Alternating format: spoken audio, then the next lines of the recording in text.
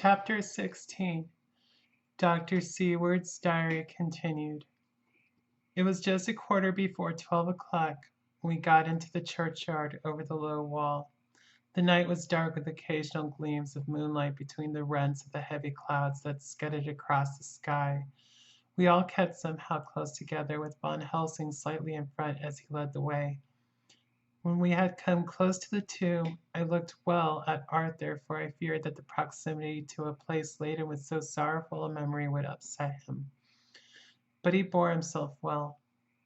I took it that the very mystery of the proceeding was in some way a counteractant to his grief. The professor unlocked the door, and seeing a natural hesitation amongst us for various reasons, solved the difficulty by entering first himself. The rest of us followed, and he closed the door. He then lit a dark lantern and pointed to the coffin. Arthur stepped forward hesitatingly.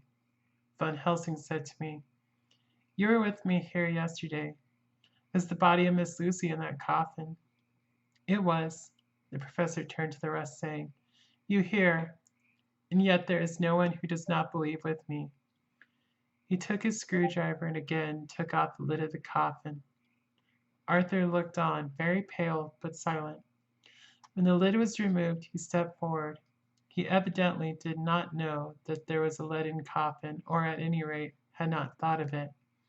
When he saw the rent in the lead, the blood rushed to his face for an instant, but as quickly fell away again, so that he remained of a ghastly whiteness.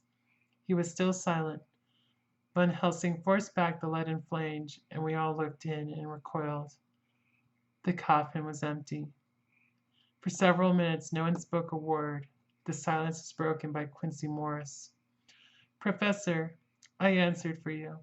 Your word is all I want. I wouldn't ask such a thing ordinarily. I wouldn't so dishonor you as to imply a doubt. But this is a mystery that goes beyond any honor or dishonor. Is this your doing?"